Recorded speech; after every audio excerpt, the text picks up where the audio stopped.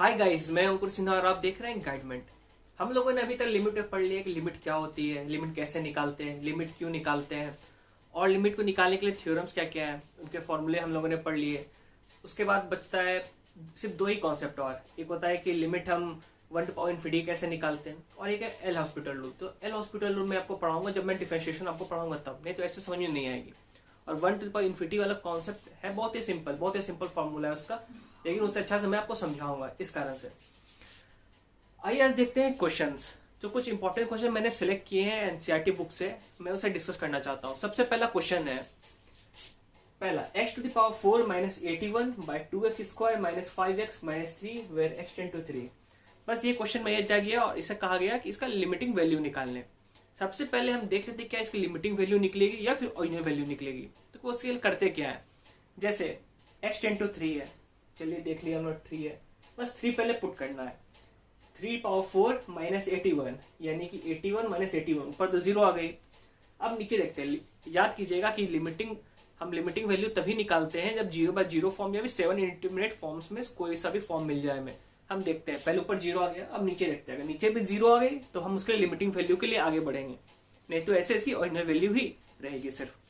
तो 2x square, तो x square की जगह में 3 पुट करेंगे तो 3 9 2 18 माइनस 15 माइनस 3 यानी 18 माइनस 18 0, यानी कि ये 0/0 फॉर्म में आ रही है, यानी कि इसकी ओरिजिनल वैल्यू एग्जिस्ट नहीं करती है। तो हम इसकी लिमिटिंग वैल्यू निकालते हैं। आगे देखते हैं कैसे निकालना है। आपको ये दिख रहा होगा x टू पावर 4 है, ये 81 है। 81 को हम लिख सकते हैं 3 पावर 4। ये क्वेश्चन तभी ऐसे बनता है जब हम ऊपर जो भी चीज जीरो कर रही है उसे ऊपर में भी जो जीरो कर रही है और नीचे में जो जीरो कर रही है, अगर दोनों को हम एलिमिनेट कर दे तो एलिमिनेट करने के लिए हमें उसे तोड़ना पड़ता है। कैसे, x पावर 4 है माइनस 81 है, 3 पावर 4 इसे लिख सकते हैं, चलिए लिख दिया। अब नीचे में जो चीज जीरो कर रही है इसके लिए हम क्या करते हैं, क्वाड्रेटिक इक्वेशन आपने पढ़ा होगा 9 10 पे, इसे मैं पढ़ाऊंगा, लेकिन इतना सिंपल तो आप जानते ही होंगे कि किसी भी क्वाड्रेटिक इक्वेशन को सॉल्व कैसे करना है।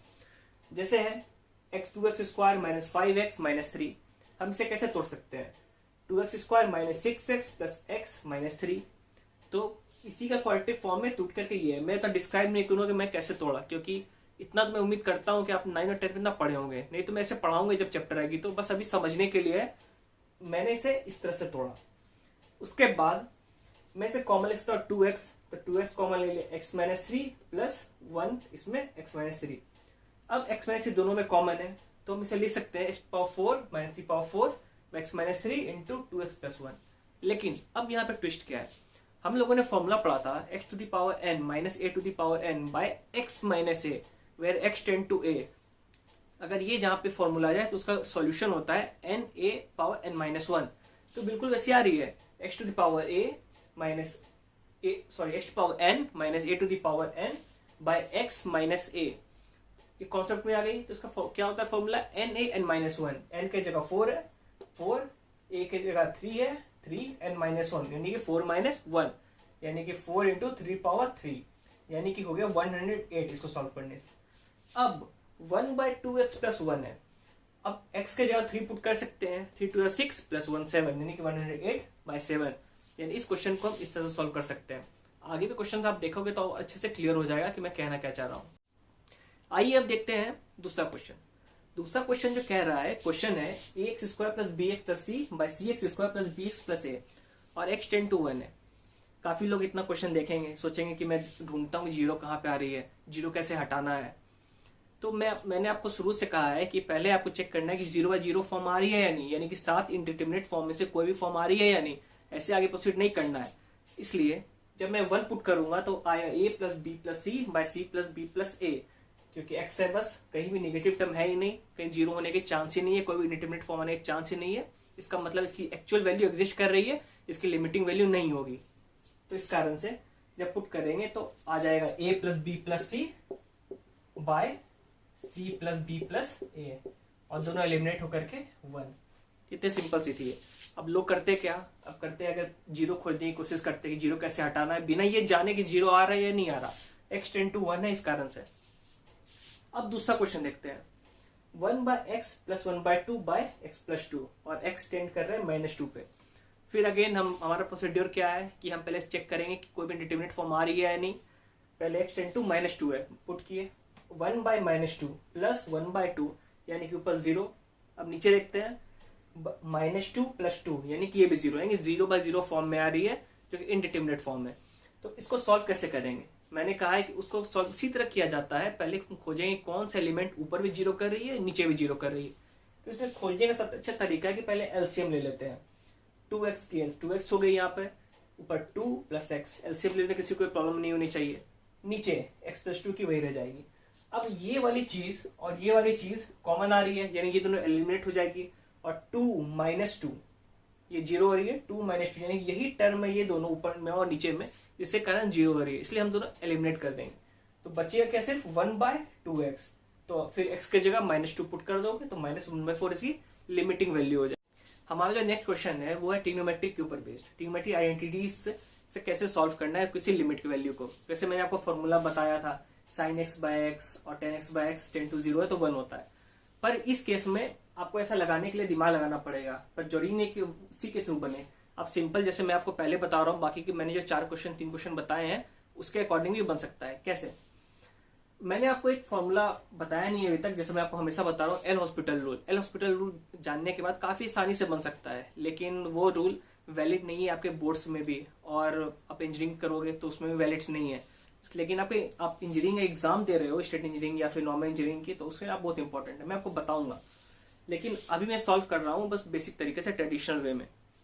जैसे cos 2x - 1 cos x - 1, पहला स्टेप क्या था हमारा कि चेक करना है कि कैसे वो 0 होता है या नहीं होता, या फिर मतलब 7 इंटरमीडिएट फॉर्म में से कोई फॉर्म आती है या नहीं आती। सबसे पहले x × 0 है, cos 2 × 0 cos 0 क्या होती है? 1 1 - 1 0, ऊपर 0 हो गई। अब नीचे चेक करते हैं, cos 0 0 सॉरी 1 1 - 1 0, यानी कि 0/0 फॉर्म आ रही है, यानी कि इंडिटरमिनेट फॉर्म है, यानी कि इसकी एक्चुअल वैल्यू एग्जिस्ट नहीं कर रही है। इसकी लिमिटिंग वैल्यू निकालना है।